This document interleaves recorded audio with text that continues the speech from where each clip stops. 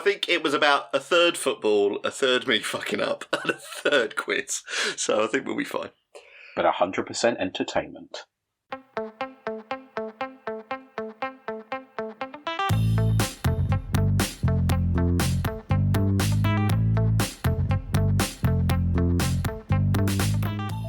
And welcome to the Miles Offside podcast, where we talk a little bit of football and a whole lot of nonsense. My name is Chuck Bailey, and with me, as ever, super producer and guest host with the most, Mr. Adam Pritchard. Gentlemen, how are we?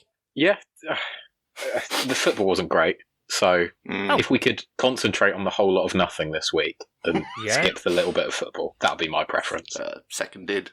Yep, that would be good for me as well.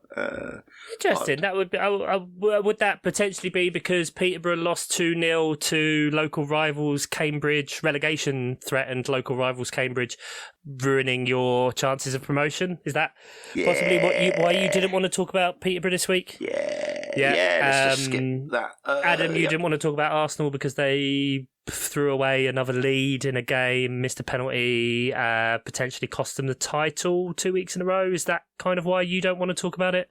There's a chance, potentially, vaguely in the realm of possibility. Okay, and my club's managed by an OAP, so I don't want to talk about football this week. So because you hate old people. Hate them. Believe they should have to go live on an island. Once you hit retirement age, give in your driver's licence, off you go. There's your plot of land. Go live off that. Bye. Ian, you're nearly there soon, I guess. I'm looking forward to it, yeah. Really looking forward to it. I said that to my mum the other day. She wasn't very happy. But then a week later, my dad crashed his car. So, who's proved right in that situation? Jesus Christ. Has the time come? Is he recovered enough that you can crow about that? Is that all right? Plenty of time's passed. I was right all along. Yeah. 7 months ago, they still haven't got the car fixed. It's excellent. But yeah, so go on then, Adam. What if you wish to foray into nonsense? Do you have a particular field or anything that we can go for?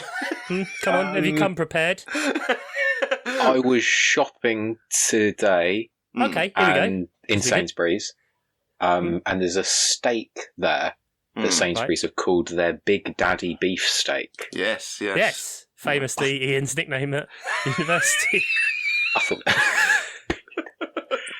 Well, no, that was at high school. Once you went to university, it was Big Daddy Lamb Neck, but niche reference there. Yeah.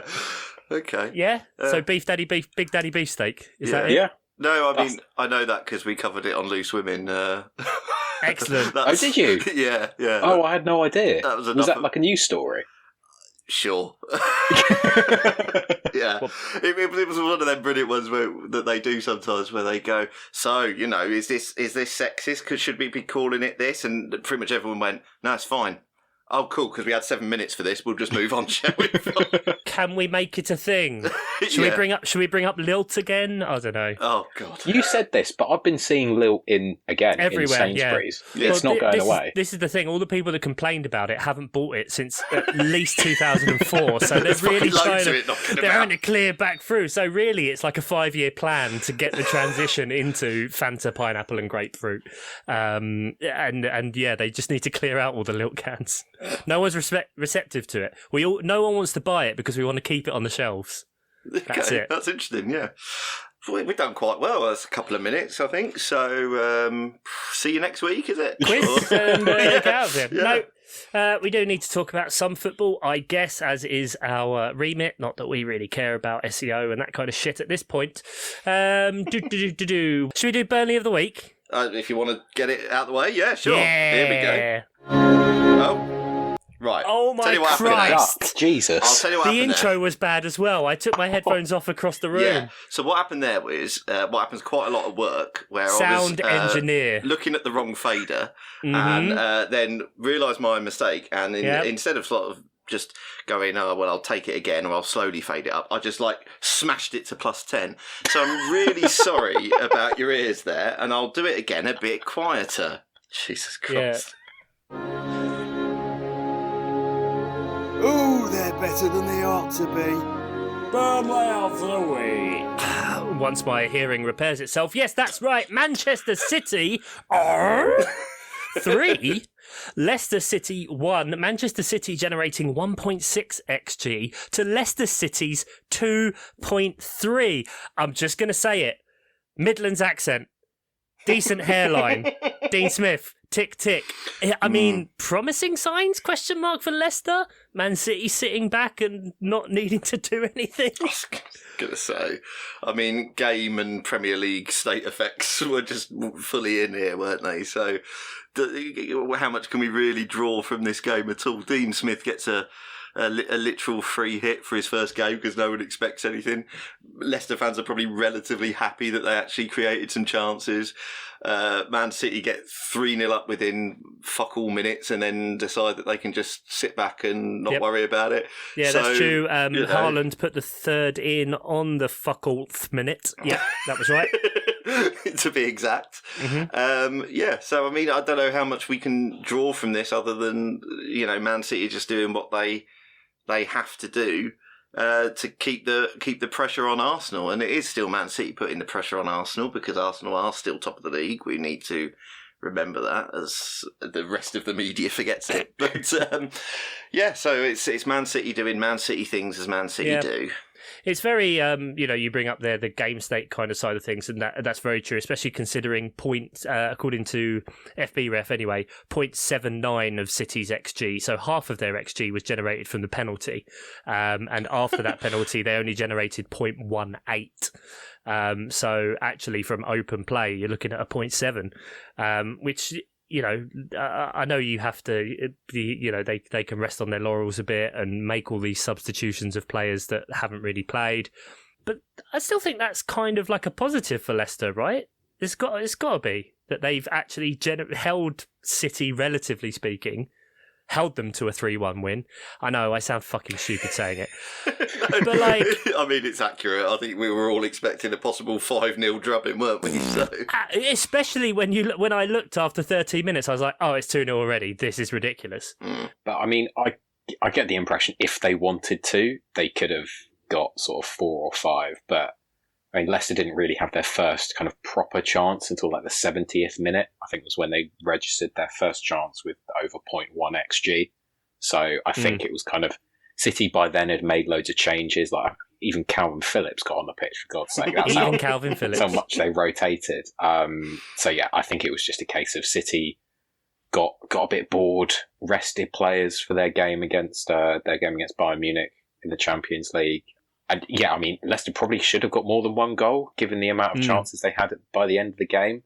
There was a brief moment where I got a little bit optimistic that they might be able to get 2 back, but no, I think City, if they wanted to earlier on in the game, they could have easily gotten another couple, and yeah, Leicester never really would have been in it at that stage. Yeah, fair enough. I mean, I just wanted to bring it up because it's not often you get to say Burnley of the week and Manchester City in the same sentence. I must admit, I can't remember when that's ever happened. Yeah. Touching on Calvin Phillips, do you think there's been? I know City, it doesn't really matter for them the money, but obviously spending 50 million. Do you think it's been quite a disappointing fall from grace? Did you expect more? Do you see him ever really getting in this team, being shipped out? What are kind of your thoughts on it? Well, apparently they might be in for Declan Rice, so I don't... Oh, fuck off!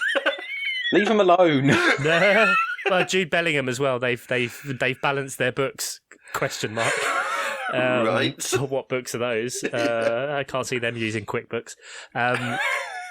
For Jude Bellingham, 130 million. They're ready to go. Huh. As Liverpool took themselves out of the running, because that was definitely going to happen, guys. Yeah, sure. Yeah. Because they say they need to concentrate on getting more players. Just get one really good one. Quantity. Just get a really good quality. One. Not learn the lesson from Nottingham Forest. Then. See also Chelsea Football Club. We'll get to them. Like quality definitely over quantity here. But yeah, Calvin Phillips. Any thoughts? Do you think his stock has been harmed by this move? I don't know. It's difficult to say, really. Because he's always been so relied upon at the national level. And I think that's kind of where my main perception of him lies, if that makes sense. Yeah. I don't know, because I didn't really watch him super closely every week prior to the Man City move. So and obviously what I did see of him, he looked quite good, and he earned the move to City off the back of partly the kind of consistency that they obviously saw in him at Leeds, but also the way that he showed he was able to step up at international level. And he's had a lot of issues with injury as well. And I don't know if it helps the fact that Rodri seems like the immovable object in that Man City midfield, and he would be the person that you would think he would naturally replace in most circumstances. So I think it's going to be a difficult time for him now to really get any significant playing time. Like, is he really going to be used that much from now until the end of the season? And just through looking at their squad, I didn't realise Rodri's like 6 months younger than him. So exactly, yeah. It's not even like... right? Yeah, because I thought maybe Rodri's like a little bit older. No, there's like 6 month difference, and so I don't see where he fits in it, unless he's just happy to stay there as a backup. But I mean, even in his post match, he was he was at fault for the goal, and like he just hasn't played at all. And before this game, he had 65 Premier League minutes since moving. Wow. Which is, I know there's been an injury, but yeah, I mean he has barely played. And I can't see that, well, in the Premier League certainly, and I can't see that changing a great deal quickly based on what you've just said there, because I think I probably assumed Rodri was older. So, that's quite something. Let's add Declan Rice to the mix. Why not? There we go. Yeah. Right, well, we dragged out the Calvin Phillips chat long enough. There you go. We never normally talk about Man City. Adam, going to rip that plaster off, buddy. West Ham 2, Arsenal 2. West Ham generating 1.8 XG to Arsenal's 2.7. I mean, I kind of mentioned this in the intro, but Arsenal kind of being ahead and throwing it away again. What are kind of your thoughts? Is this a bit of a repeat pattern? Anything like that? How do you feel? How do I feel? Are you okay? Can I be like honest? As opposed to lying. Like, I felt I was annoyed and embarrassed with how upset I was after the game, if that makes sense. Like, I was not just annoyed, like, obviously losing a 2-goal lead is never good in any circumstance, but I was just like, it's West Ham, and all respect to West Ham fans out there, but they're not that good. So yeah, after the game, I just felt like really quite deflated and disappointed. To lose a 2-goal lead at Anfield is not great, obviously, but it can happen. The kind of momentum that team being Liverpool can build up can sometimes just be really difficult to cope with. We went 2-0 up inside 10 minutes, and I don't think there is any circumstance in which drawing from that point is an excusable result unless you get like a man sent off or something like that. It felt to me as if the game just got too easy for us. Like, when people say, oh, is the pressure getting to Arsenal? I don't think that's right, because I don't think if this team was playing with a lot of pressure, they would go 2-0 up inside 10 minutes. And maybe I'm a bit kind of biased, but from my perspective, until sort of like pretty much until the penalty, we were kind of playing with our food, really. It didn't feel like we were taking the game seriously and respecting, perhaps not the opponent, but respecting the situation as a whole. So often in the past, Arsenal have struggled for that clinical edge, that kind of that finishing touch, and we showed it so ruthlessly inside the first 10 minutes.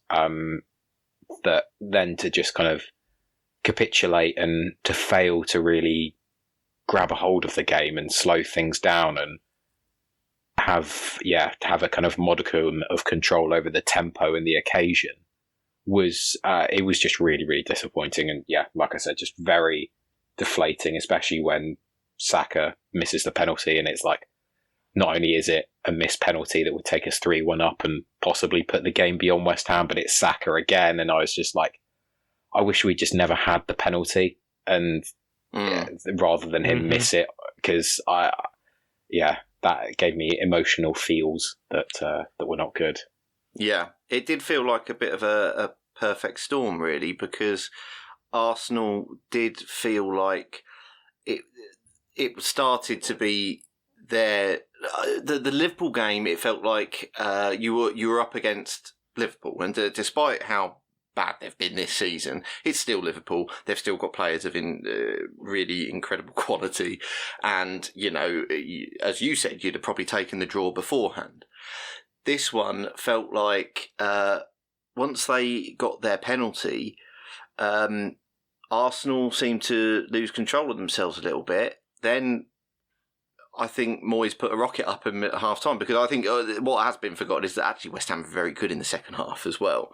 It wasn't just Arsenal losing their heads, and that's why I say perfect storm, because then you had a missed penalty, and it all just seemed to be going the wrong way for Arsenal, and that just has now led to this narrative that we've got, that Man City are in the driving seat, which they are in respect of they are the form team.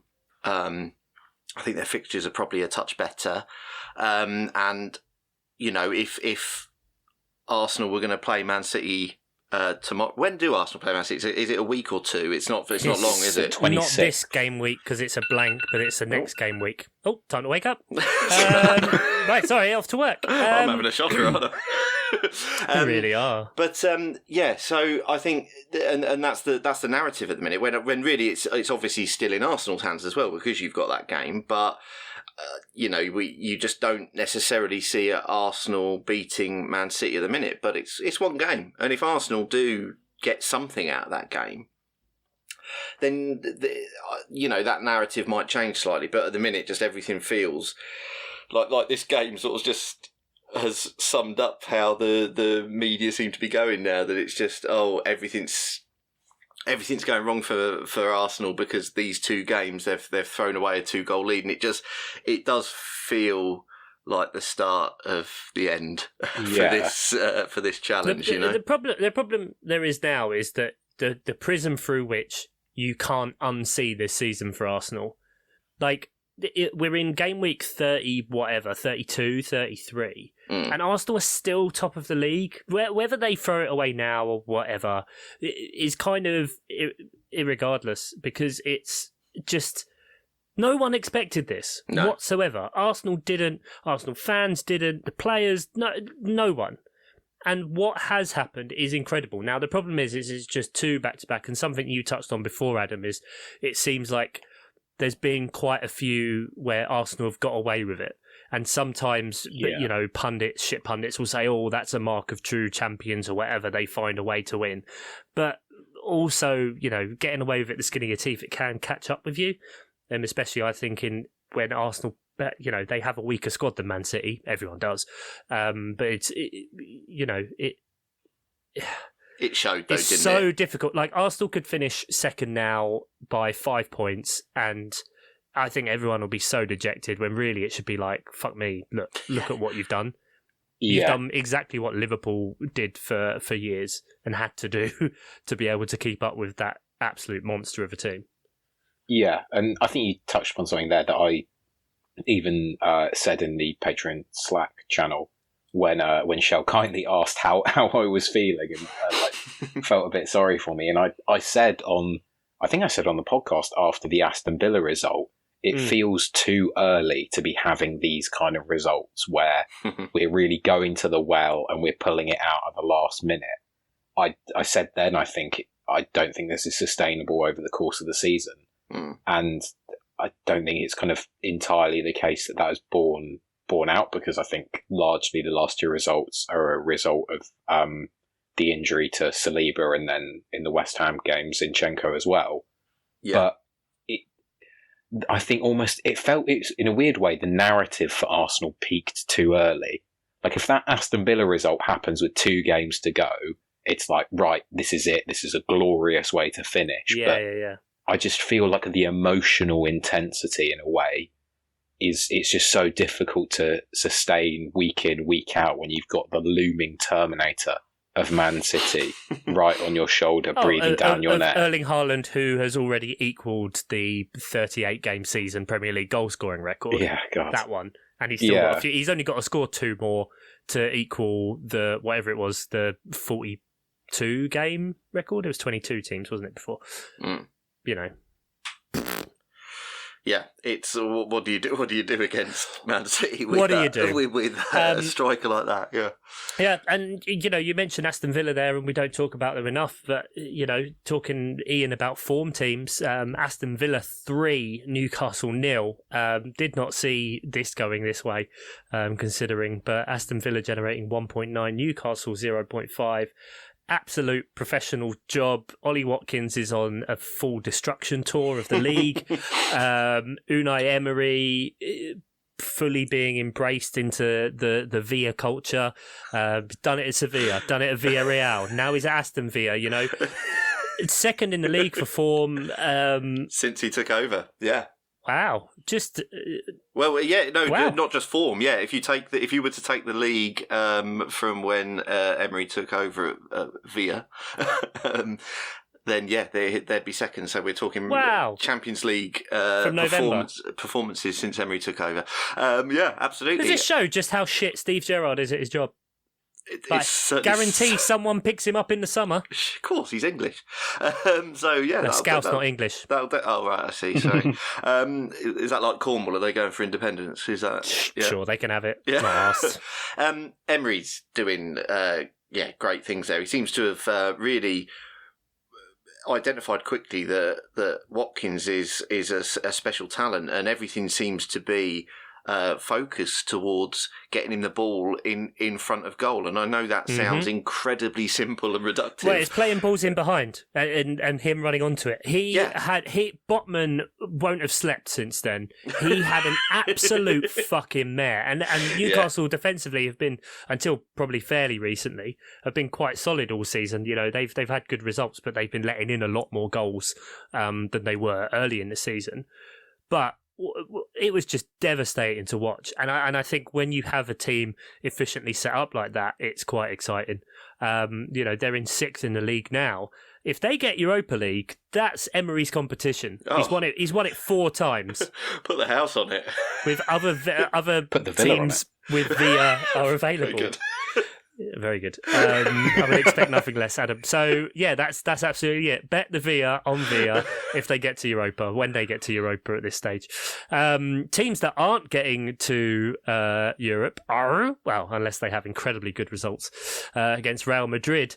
Where is it? Chelsea 1, Brighton 2. Chelsea generating 0.5, Brighton 2.9. But Super Frank rides again. Speaking of men who don't deserve jobs, what is a Chelsea? A question that we've been asking quite a lot recently, and obviously we couldn't get Oscar on the pod this week. Time zones and work and stuff meant we couldn't do it. But he did want to answer some of our criticism, some of our points from last week. So he sent a short 4.5 minute voice note. So I'll pop that in the edit now. Hey everybody, it's me again on a voice clip. Unfortunately, we weren't able to get the times to work out for me to record with everybody else because time zones suck. But I figured I would try to address some of the potential confusion around my take because I recognize that it's a very unpopular take to the point where I told my buddy Nick I probably shouldn't tell anyone what I think about the Frank Lampard hiring because everyone's just going to think that I'm insane and it'll invalidate any small amount of credibility that I've built up over the years. But anyway, so I think part of what's going on here that's confusing to other people is that I tend to, in classic stats robot mode, look at or evaluate decisions in extreme isolation because I think that's the right way to do stuff. So Chuck brings up what can he do that Potter couldn't have done or why fire Potter now? All of which are valid questions, but none of which have anything to do, I think, with the decision to hire Frank Lampard specifically. I have many takes about whether or not we should have fired Potter and the timing of that. I think they wanted to fire him sooner, and I think that they were just waiting for that clause in his contract to get activated where if we fall to the bottom half of the table, they get to save something like, I think, $50 million on his payment or something like that. I saw it on Twitter. Look it up. But yeah, I mean, if you're floating in 10th and then you hit 11th, you can save $50 million. You would wait till you hit 11th place. Maybe, I don't know. But either way, the Potter decision is a completely different decision. I think when you're evaluating the decision of Frank Lampard's hiring, it boils down to two questions. It boils down to the time frame, and it boils down to the goals of the club in that time frame. He hasn't been hired as the permanent manager. If he had, I'd be much angrier because I think, as you guys have rightly pointed out, he hasn't shown anything like an ability to create a cohesive or coherent tactical system that generates the type of results that Chelsea would want from a club that costs this much and is potentially this talented, at least potential talent, right? But that's not what we hired him for. We hired him for the next couple of months. He's just an interim. Like, we could have gone with a dog mayor in that situation, but we went with our favorite ever player of all time. Like, I don't know, that seems fine to me, especially when you go back to the other question, which is what are the goals of the club in that time frame?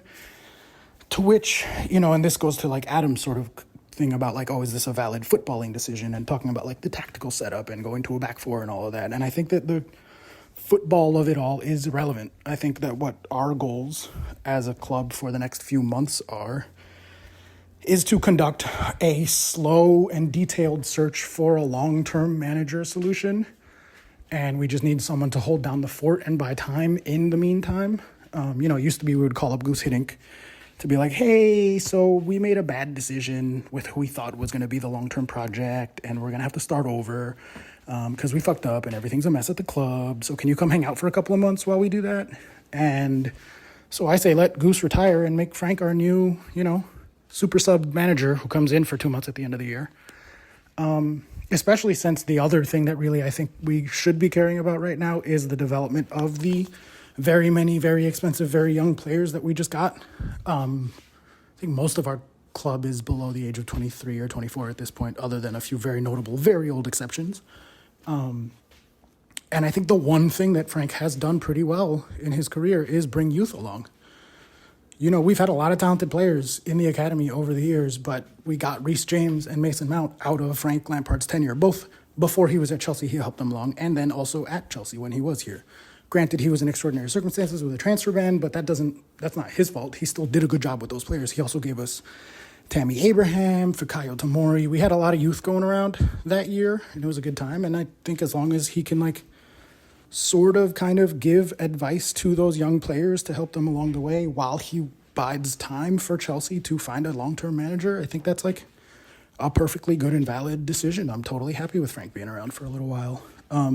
But I really am not trying to say that everything's hunky-dory happy at Chelsea. It is mad, bad, sad times. We are a mess of a club. We're hiring managers that are the wrong long-term solution, like Potter probably. We are buying a million players with little sort of thought as to how they'll fit cohesively into each other's formations. I don't know how to say that really, but anyway, this went too long. But yeah, that's where we're at. I don't know. Hopefully that clarifies some of the confusion about my reaction, but I also recognize that it's a very unpopular take, and I'm okay with that. So, bye. Miss you guys.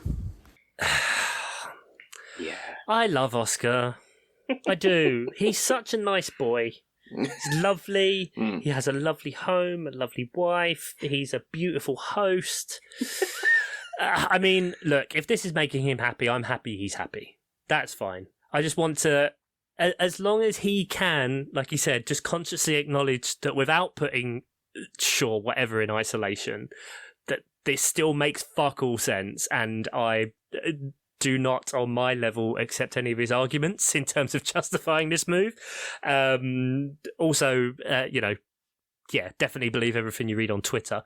I know Chelsea are fucking stupid, but do you really think there was a 50 million difference in the payout between the top half and bottom half? Yeah, I don't know. I haven't seen that anywhere. I know Oscar's mentioned it, and it has come up on, when you see Twitter accounts you've never heard of and YouTube channels that equally you've never heard. I have seen those sorts of sources mention it. I haven't seen anyone credible mention it. I'm not saying it's not true. What about has there been anyone reputable you've seen that he asked James Corden for his advice? Oh, sorry, hang on. I just went to repair you, Adam, at the time you... Right, sorry, Adam, I just went to repair you at the time you started talking, so go again. That's strike 3. Yeah? Shut up. I saw the stuff about James Corden was going around on Twitter. Yep. Didn't actually see it reported, not even in kind of the dregs of the newspapers that we have in this country were willing to put their name behind that. But yeah, no, I also saw that on Twitter. Whilst talking about the dregs, what about, when disgraced broadcaster Gibbon Mitted Richard Keys said, what makes Nagelsmann a better option than Lampard? Guys, this is the thing. He's got a skateboard. Well, he can put together a PowerPoint as well that is obviously a key selling point of Nagelsmann. Mm-hmm. But does he know the club, Adam? He's very good with transitions. Yeah. Slide transitions, very good. What about the report that after the Brighton game, Chelsea owners were reportedly in the Chelsea dressing room for over an hour? Like, what was he doing? A comedy set? Well, Lampard's got no problem with that. He's happy with that. Yeah, I'm sure he does, because he's probably getting paid a fuckload of money to do bugger all. And all those players on 7-8 year contracts are just like, sure, like, good luck getting rid of me, mate. You've just given me 150, 200k a week for the next 7-8 years. I'm dining out on this. Yeah. No problem. My agents are wringing their hands. They're bringing in contractors to build their gold-plated swimming pools. Like, it's ridiculous. And I don't get why. Like, Oscar mentioned before about him dropping into below the table. So that's fine. Right, whatever. If that is the case and Chelsea save money, fine. But also at that point, like, why not just keep him there? Because he either fixes the situation, like, gets the time in, and you go up in the league, which is good for you, or he doesn't fix it, and then it makes no difference to the end of the season anyway, and he's in the bottom half, and you can just sack him.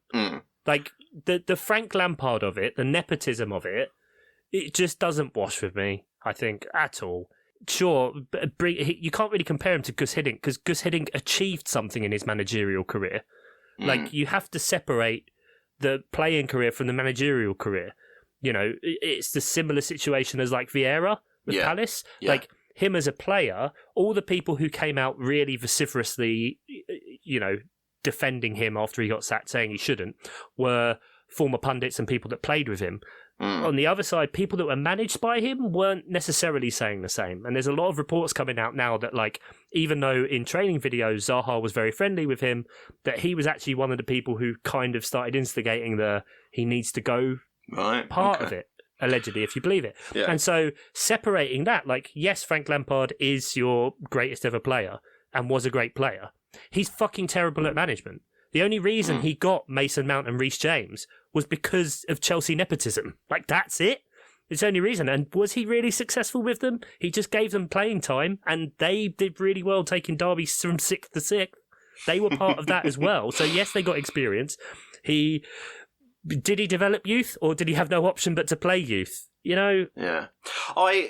Because I get what Oscar's saying about separating the things, and in isolation, he's not necessarily arguing that Potter should have gone for Lampard, but if Potter has gone, then who do we get for the remainder of the season? Does it even matter? I mean, it did matter, sure. I think, until you lose to Real Madrid, but whatever. I do get what you're saying, but I do get what Oscar's saying, but the problem I've got with it is that you can't take those things in isolation because football doesn't end at the end of this season. Well, yeah, and the ownership. What happens if they then they're going to make another they're going to spend this whole time deciding on someone. They're going to give another person a 5-year contract because that's what they do.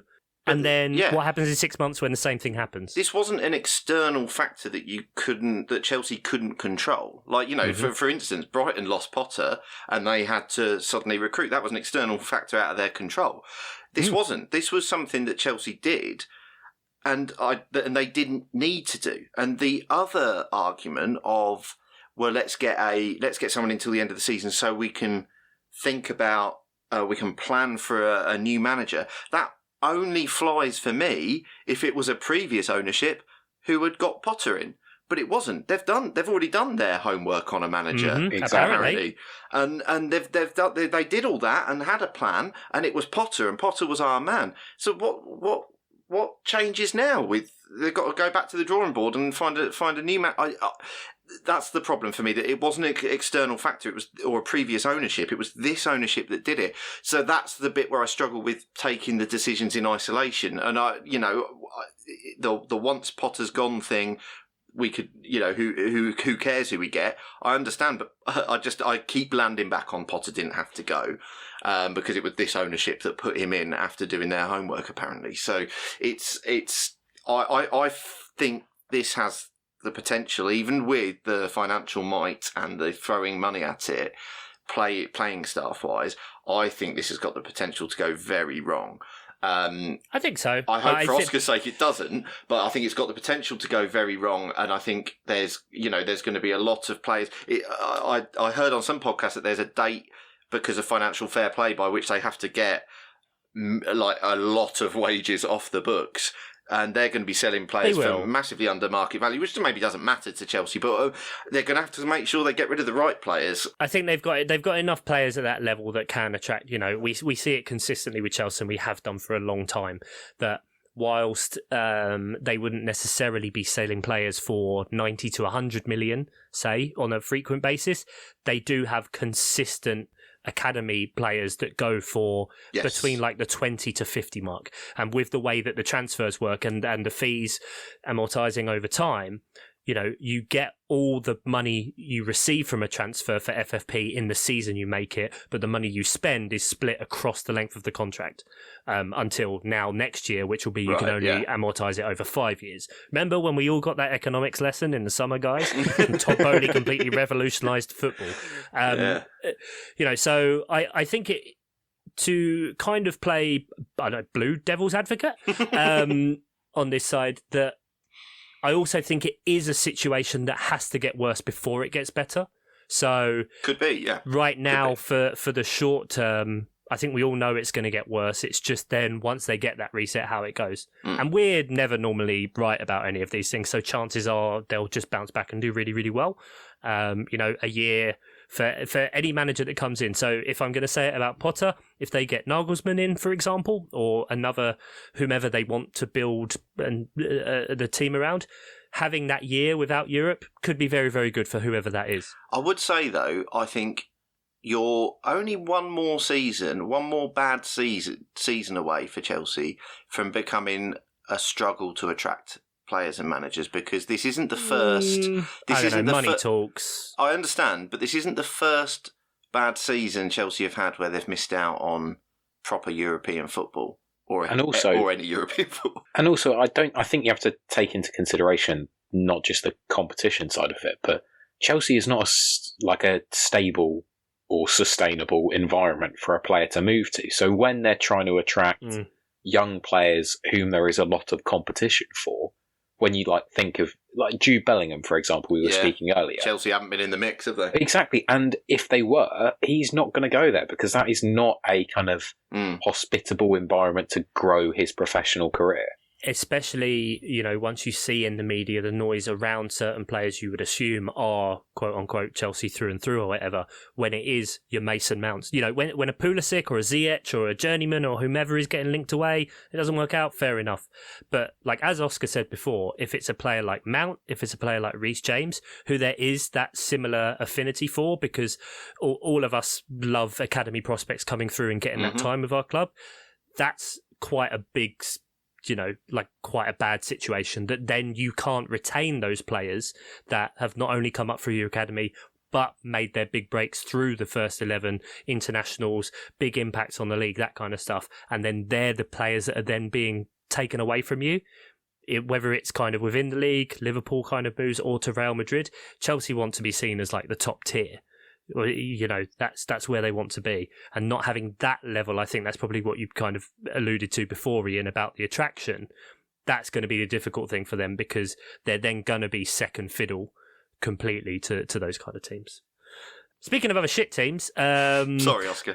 Whilst we're down on the form table, unfortunately, it does look like good night Vienna, as Ian said the other day, for Nottingham Forest and Southampton. The 18th, 19th, and 20th for form currently occupy 18th, 19th, and 20th in the table. That is Forest, Leicester, and Southampton. Just above Chelsea for form, which is interesting. We spoke about the West London battle raging on, but you've got the three West London clubs there. Chelsea up then to Brentford and up then to Fulham, which I've been quite surprised about, really. I don't know if you guys have anything to particularly say on it, but considering how bright the start and middle of the season has been. It's kind of tapering off, and especially, Ivan Toney's ban looming. I think Brentford are going to have to do Brentford things again when it comes to a bit of a... I feel like they need a bit of a refresh, don't they? And it might be across the board, really, because, as you say, Tony is going to get a long ban. And well, I think maybe like 3-4 months, and I think it can be served over the summer. I would predict longer, just because of the number of offences there are. But yeah, maybe. But I think we might be looking at longer. But from memory, Joey Barton had thousands, and he ended up with like 9 months. Okay. Well, so it just depends if they want to make, especially at the minute with the Premier League clubs voting to remove betting sponsors by 2025 or 26, I believe. They may want to make an example of him, which is going to be unfortunate. Possibly. I think Brentford obviously are one of the data clubs, and so they've definitely got it in them. They've got an excellent manager as well, so they've definitely got it in them to do a squad refresh. And we have now been. We've had Brentford. It'll be their third season in the Premier League next season. So I think money might have started to stabilise a little bit. They might be able to actually spend a little bit now. So Brentford might be okay, but I do think they need to do bits. So just to make sure they don't get sucked into that sort of Leicester hole that can happen with even established clubs in the Premier League, because I do think some people use the example of all these teams as a reason why the Premier League is a bit shit. But I think the fact that you've got all these, it feels super competitive to me. We are 30 game weeks in, and it's only just now that Palace have pulled away. It's only just now that you might be thinking about West Ham pulling away as well. But we've still got plenty of teams that could get relegated. Now, I know we're talking about the bottom end of the league, which isn't maybe as exciting and glamorous as talking about the top end of the league, which is still in doubt. We still have a title race going on. We still have a top 4 race going on as well. Well, I don't know. So. Adam, I know. I don't want to steal Adam's thunder on this with his quote about teams going for the top 4. We've entered the top 4 is lava season. The top 4 is lava. Yes, that's absolutely it. And I don't know where we were, but I'm speaking. Let's laugh at Tottenham. Let's all laugh at. What is a Tottenham Hotspur? I guess do a quick Burnley of the week. Oh, blimey! Okay. No, the quick one. Oh, what's the quick one? Where's the quick Strike one? 4. Well, they didn't know about Strike 3 because I didn't leave it in. I've already preempted that. I can't even find the button. This is the thing, though. Now you're going to have forgot to edit it out, so that's Strike 5. Yeah, I'll behave. Look, I mean, what? Burnley of the week. Tottenham 2, Bournemouth 3. Burnley of the week. Found it. Thank you. God, that sounded exactly the same. Of course it did. I'm an artiste. Tottenham generating 2.2 XG. Bournemouth generating 1.3. Bournemouth reversing the reverse fixture of coming from behind to beat Spurs right at death. What if we're going to talk about the ridiculousness of Frank Lampard being at Chelsea, which I think is fair, I think we also have to talk about the ridiculousness of all of Antonio Conte's friends still being in charge of Tottenham after he was sacked.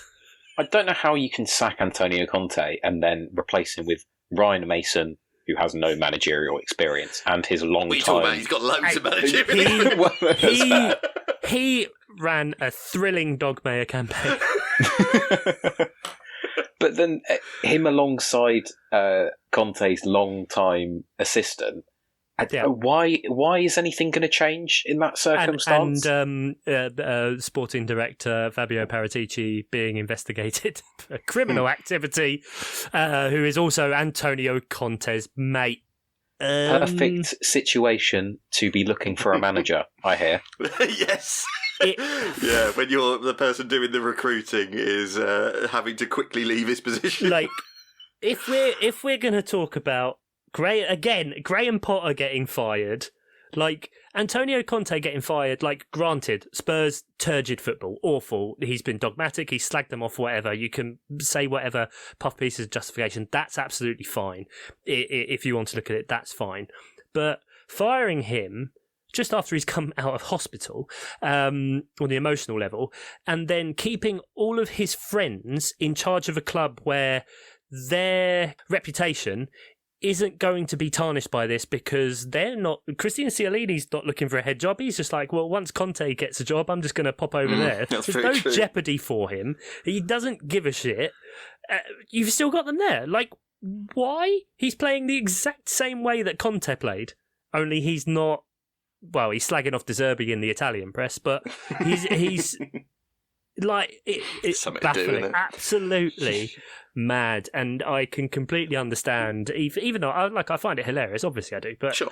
Like I can completely understand Tottenham fans' frustrations now, because like Levy has made his mark by ultimately changing fuck all and still looking like a useless bald fraud. It just feels like everything about Tottenham is slightly below, top 4 level, except the stadium. The players aren't quite there. You've got obviously Son's had a bad season. If Son had a good season, that might paper over a lot of cracks that we've seen, I think, in previous seasons. Their partnership, I think, has genuinely papered over a lot of cracks. And I think you've got... Go on.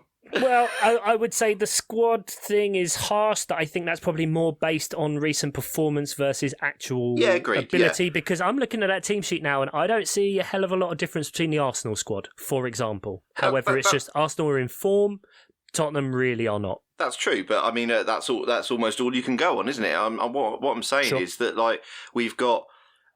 We had a previously successful manager with Antonio Conte, and I think he was begging to be fired. He got incredibly frustrated with both the players who he would regularly call out, and the structure and everything. And Levy consistently gets shit from the Tottenham fans, and it just feels like they should be much better than they are. What's it going to take to make it lock in? I don't know. Not hiring ex-Chelsea managers that are renowned for being problems with building squads and sustaining long periods of success at a club? Yeah, I mean, I do wonder whether Tottenham shouldn't be in for Potter, and that would be, if it then went well, that'd be a delightful one in the eye for Chelsea. I think they're more likely to get Brendan Rodgers. I think you could be right. I think you could be right. It's a bizarre managerial merry-go-round that we might see here. I think at this point, but Rodgers has been in for it before, hasn't he? Yeah, and I think at this point, with how Tottenham operate, they'll want Pochettino back fine, but look at what happened with Pochettino. He wasn't backed for 2 whole years during the whole stadium thing whilst the club was going. And then he was like the greatest, has a real affinity with the fans and all of that. Since then, they've brought in Mourinho and Conte, who have just destroyed all that. So, the good vibes Frank Lampard effect would be to bring in Pochettino. But, unless he's actually going to get backed again, there's no real point. No, nothing's changed. And, larger. I don't necessarily think, Pochettino went to PSG, he was fucking hated there. Granted that it's an incredibly toxic and difficult environment, but since leaving Tottenham, it feels very much like an absence thing of bigging him up beyond what he was. Pochettino's a European Lampard anyway. He's not. Oh my god! I can't think of a worse insult. Ian still hasn't forgiven him for 1998. That's why. But yeah, I think that if all the criticism we level against Chelsea right now, I think we have to level against Tottenham. Just the difference is that Tottenham aren't spending a ridiculous amount of money. However, they have spent ridiculous amount of money for Tottenham considering the recent years, and therefore what they're doing clearly just isn't fucking working. And they need to just clear decks. There were rumours a little while ago kicking about Qatar getting involved, that wanted to bid on the club. The same thing with Man United going through various whatever with the Glazers, but there's Twitter accounts you can follow for actual knowledgeable insight. We just want to laugh at Tottenham. I just want to quickly make clear I'm aware Pochettino isn't European. I just meant that he manages in Europe. I just wanted to make that clear. You didn't vote for him. It's fine. All the same to me. I really like Eberechi Eze. So of course you bloody do. Do you like how well he's performing under a certain Roy Hodgson? No, it's in spite of Adam, in spite of Roy Hodgson. He's doing it to spite Roy. I find myself in a very difficult camp at the minute, and everyone needs to understand the mental gymnastics I'm having to keep going in order to maintain my agenda. So. But I find myself very much between the metaphorical rock and hard place, because on the one side I have Chris Sutton not worrying about us. Oh, consistently not worrying about you. Consistently not worrying about. And on the other hand, I have Sam Matterface saying the fact that Palace have won 2 brackets now 3 games in a row is proof that Patrick Vieira shouldn't have been sacked. I find myself really what caught, okay. guys. Okay. Can I separate? I just hate Roy Hodgson. I just hate him so much. Yeah. But this is happening in spite of that. I feel like it's done out of spite for me, which is just like that's just where we're at. I don't know. Southampton are so shit though, so at least we won. I mean, yeah, you've got to. It's a funny thing, isn't it? Because fixtures are we're always going to be in your favour at this point of the season. We all knew that was going to happen, but you just enjoy it. Just can I allow you to just enjoy it? I want to free you from this. Hodgson, I would have enjoyed it more. They're not going to give him the job. I really don't think they're going to give him the job. I think you can enjoy it. You were actually in my head a bit about this because this week my FPL was a 50-50 between Eze and Elise, and I only got Elise because you had him when we're playing him, and I didn't want you to go too far ahead if he did well. You motherfucker! And so you got in my head about it and stopped me from having Eze. So well, that's good for me, but. Yeah, I just want to release you from this Hodgson thing. I don't think there's any chance. I think it's far more likely you get Moyes. I think. Oh Jesus! Oh, well, what is that? You've made it worse. The ferryman and versus grandfather time himself. You know? It's like I think the only way I can start to maybe Rodgers. Oh, I don't know. You don't mind it? Well, I think the key ingredient to this is that I need very quickly. I need an announcement to say that a manager is taking over at the end of the season in the summer, which means that no matter what Roy Hodgson is going, yes, then you can properly enjoy it. Then I can start to, because at the minute, like that weighs very heavy on me. Yeah, and I stand by what I said last week. Like I can see him being given another year. I just can't. I don't know. Something just says that Palace won't do that, but I don't know. Anyway, I mentioned FPL there a bit. I'm not talking about our teams. Adam, you're beating both of us. Oscar's beating Ian and I now.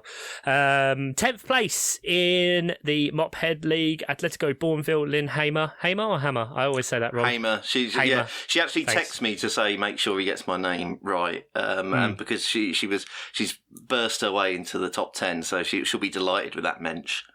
Okay. And it's always fun when you hear conversations about how to pronounce people's names on a podcast. Lynn Hamer, Atletico Bourneville, 2040 points. 9th place, Super FC Men of Steel, Mike Wellman, Patreon 2041, Egan, Yash Mishra on 2050 and 8, Fluffy Nutkins, Pad Fall 2051, 95-point week, Pad. Oh, Jesus. Oof. Here we go. That's Never what heard I got of such in numbers. 2 weeks combined. Swapnil Pandey in 6th, 2059. Sabs in 5th, 2060. 4th place and rising with an 82-point week on 2072. Michelle Marlborough, queen of the Patreons, I guess. Andrew Mercer in 3rd place, 2084.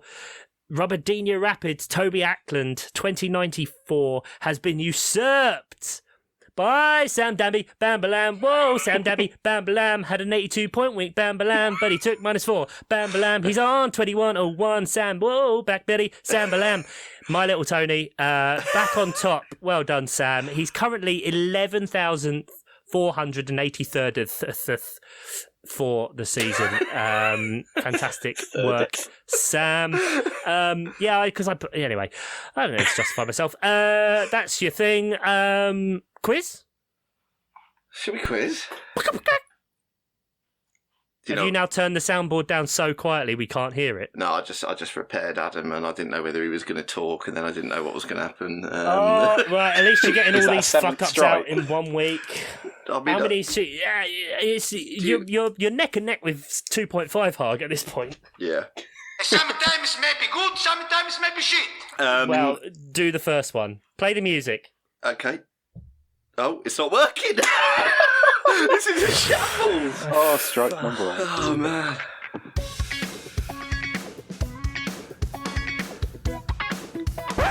That'll do. I don't really know what's going wrong here. So, Adam, save us. Adam, bring us home. A quiz. So, I like to keep these quizzes topical. And it was Easter recently. So, this week's quiz is on Christianity. No, it's not on Christianity. I did try and do books of the Bible, life and and I times just of started, Jesus of Nazareth. Well, I tried to do it on books of the Bible, and then I just got stuck on what a weird word Leviticus is. Yeah. Oh God, that's all good. I will not be able to think of anything else for the rest of the week other than that word. It's not Deuteronomy. That's a good one. I like that. Not just for cats. I don't get. I'm just going to move on. There's a character in the musical Cats called Old Deuteronomy. Oh. And the film Cats, if you hate yourself and want to hate yourself a bit more, watch it. Because it's got James Corden in it. So. Famous Chelsea recruiter James Corden. Yeah. Sporting director. Maybe Tottenham should appoint him. Unless you can find the original cut of the film Cats where they had CGI buttholes in every cat. And they decided not to do it, so someone had to go through and painstakingly remove all of the buttholes. Gagged. So if you're listening, Andrew Lloyd Webber, release the butthole cut, okay? I used to be in a band called CGI Buttholes. Yeah. No, it's obviously the most important thing about Easter. Harsh electronic breakbeats, if you're asking. Okay, he's back in the game. Right, quiz, come on now. Easter, eggs, Jesus on a cross. Chocolate, the most important thing about Easter. So, our Lord rising, but go ahead. All right, Chuck. When did you become so fucking? Oh, anyway. Listen, I've had to pray for a higher power for you to figure out your shit in this episode. All right. So, oh, God. Wow, good Lord. Yeah, good. Exactly. Good Lord. Praise be. Right, come on then, Adam. Let's. Okay. Question 1. Chocolate. Question 1. Mars. Question 1 is about. It's about Christian Romero. Aero, right? Yeah. Aero. Yeah. Yep. So, from which Italian football club did Spurs sign Christian Romero? Oh, it's not actually about chocolate. Okay. No. It's never I thought about you were the going to do thing. like Christian Ramintero or something. That's like normally your. God, that's even bad by my standards. What? Just adding a word that doesn't need to be there. Yeah. What was the question? Which Italian club did Spurs sign him from? Oh, I know. Question 2 is about Fredo. Hey! Yeah, I'm fine with that. Nice and simple. What was Fred's transfer fee to Manchester United? As many as. Can I just write in this too economy much and that be done with it? Half a point. If we both write too many, half a point. Yeah. Too many British pounds. Too many money. Is it nearest? Yeah, I'll give it to the nearest. I'll give a point to the nearest. Okay. And if you both somehow get it exactly right, you can both get a point. We'll have a nice little cuddle. Please. Okay, question number 3 is about Kinder Hugo Bueno. Kinder Bueno. Peterborough just scored against that Crinton. Sorry, didn't mean to. Stanley. Oh, you ruined the pun. Everyone was going to laugh there, Ian, but you interrupted rudely. I could feel Chuck building up. He had to take the heat off you. Question 3. Hugo Kinder Bueno is Portuguese. He's a Wolves player.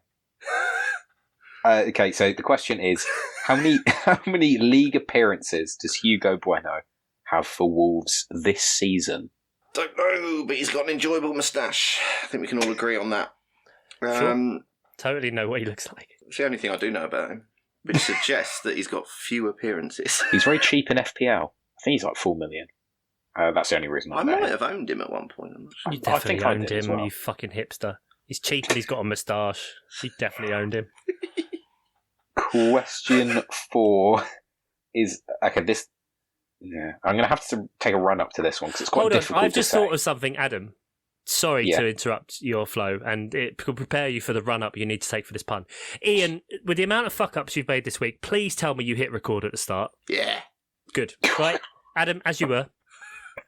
It's a fair question. Question 4 is about double decker. I mean, that's awful, and I'm usually one of your biggest supporters. I mean, that is a double stretch. Double decker. Can I tell you, to be honest, I came up with 12 puns this week. As many as 12. And so I cut 2 from this list of 10, and that made the cut. Oh, my goodness. Okay, yeah. Yep, David De Gea. So, it's about David De Gea, if you can tell. What year did David De Gea sign for Man United? Oh, fucking ages ago. Yeah, it was a long time ago, wasn't it? Okay, question 5. Question 5 is about Emile Smith-Rowe. Good. See? Yeah, that's fine. That's good. So I don't know. The problem is you're in such a pun deficit from double De Gea. That's true.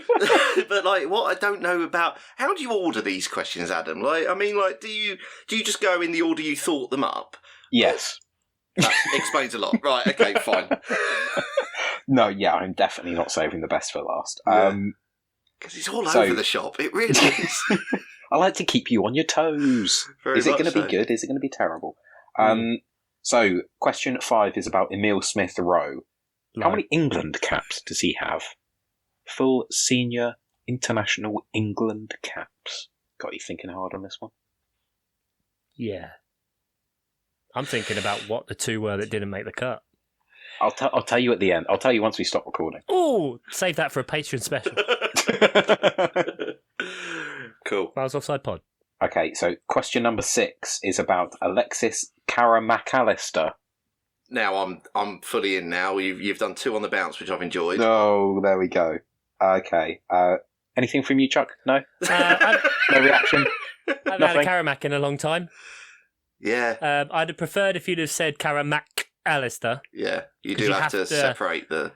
Yeah, like planetarium. Every time. All right, well, you know. Constructive criticism, it's better than the usual. Okay, so obviously he's a Brighton player. He has been on loan at 2 other clubs from Brighton. Can you name one of those clubs? See, I was going to ask a follow-up question, but you won't. You won't answer it. They're not. You can ask it anyway. Okay, are they British clubs? I'll give you that. They're not clubs in the British Isles. Oh, well, then Ian won't know about them, will he? I'm not the one with the blue passport, mate. Yeah, it hurts me. Hurts you more, I think. It does when you wave it in my face in an airport lounge. Took back control. Question 7 is about Twirling Haaland. Yes! These are good! Oh, I'm on a roll. This is it. 5, 6, 7. You're at a net positive. Keep this momentum going, baby. Okay.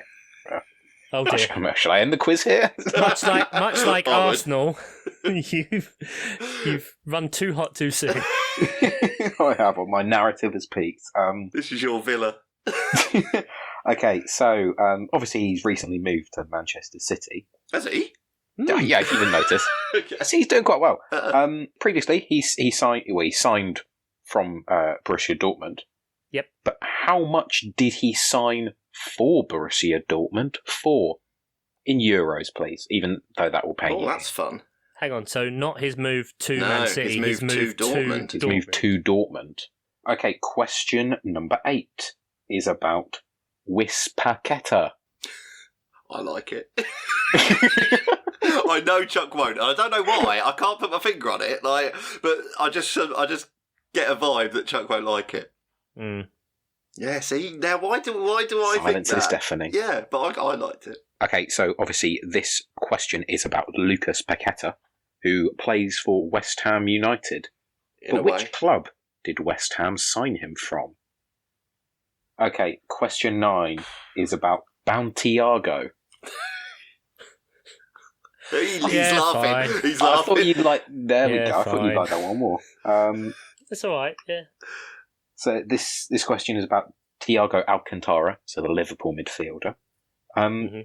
Obviously, previously played for Bayern Munich and Barcelona. What year did he move to Bayern Munich in? Final question is about Dwight Yorkie. Yes. Yeah. Sometimes you just need that open goal. You know what I mean? I was going to say. You need that tap in. You should have put that at the start. Really? Nah, fuck it. At the end, that's better. Okay, so Dwight York played for one club outside of England in his senior professional career. Who was it? Question 1. From which Italian club did Tottenham Hotspur sign Christian Romero? Ian, do you want to answer? Juve. Atalanta. Atalanta is correct. 1 point to Chuck. Question 2.